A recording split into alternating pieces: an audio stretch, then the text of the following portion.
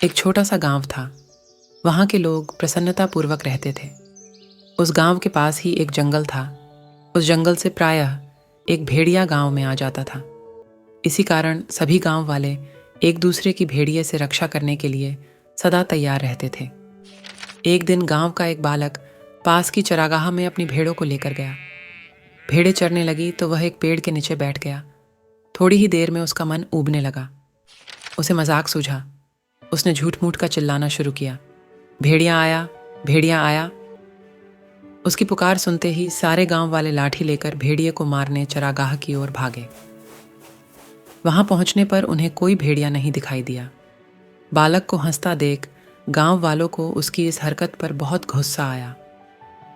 फिर भी वह सब अपने अपने काम पर वापस लौट गए।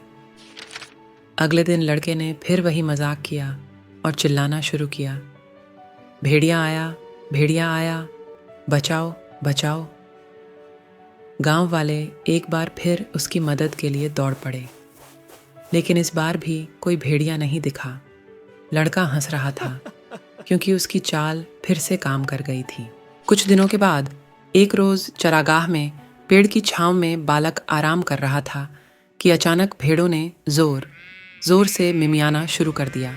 उसने उठकर देखा तो एक भेड़िया झाड़ियों में घात लगाकर बैठा था। वह डरकर चिल्लाने लगा, भेड़िया आया, भेड़िया आया, बचाओ, बचाओ। बालक की चीख गांव वालों ने सुनी। उन्होंने एक दूसरे से कहा कि यह भी उस लड़के का कोई मजाक होगा, इस बार हम लोग मूर्ख नहीं बनेंगे। कोई भी गांव वाला बालक की चीख सुनकर भी उसकी सहायता के लिए नहीं आया।